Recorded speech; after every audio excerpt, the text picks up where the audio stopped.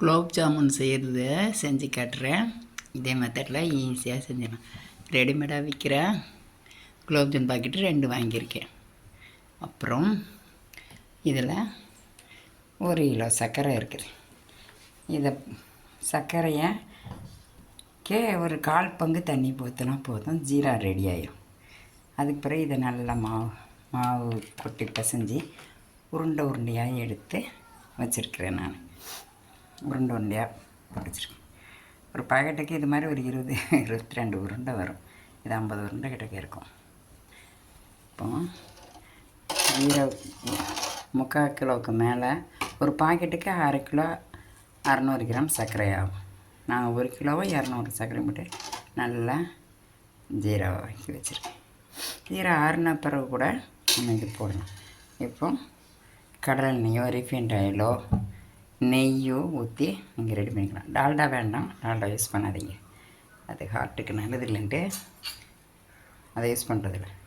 மற்ற எந்த ஆயில்னாலும் நீங்கள் வச்சுக்கலாம். ஏன்னா நல்லா காஞ்சிருச்சா. இப்போது இதை 2-3 எடுத்து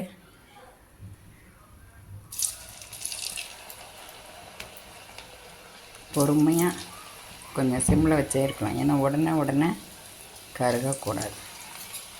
நின்று வெந்தால் ஒன்று போல் இருக்கும். நல்லா டீப் ஃப்ரையாகிறதுக்கு எண்ணெய் ஊற்றிக்கணும். சலன்னு வறுத்து எடுக்கணும். இப்படி ப்ரௌனாக இருக்கும் போதே எடுத்துட்டோன்னா நல்லா இருக்கும். கிட்ட எடுக்கும் போதே கருகாமல் சிம்மில் வச்சுருங்க. ரொம்ப எண்ணெய் கஞ்சினா ஆஃப் பண்ணிகிட்டே எடுங்க.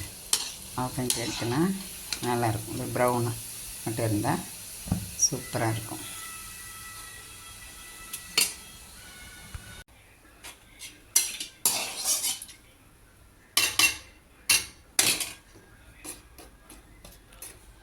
எல்லா குலோப் ஜாமும் அந்த ஜீராக்குள்ளே போட்டுட்டேன். ஃபுல்லாக நிறையா இருக்கா 2 பாக்கெட்டு.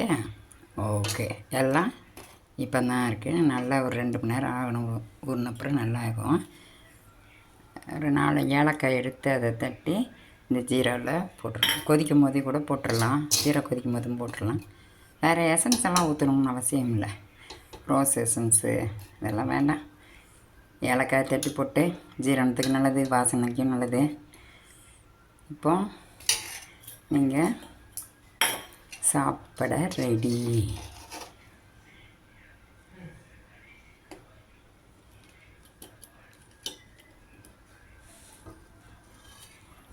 குலோப் ஜாம் மவுத் வாட்டரிங்காக இருக்குல்ல. எல்லாருக்கும் அப்படி தான் இருக்கும். தேங்க்யூ வாட்சிங்.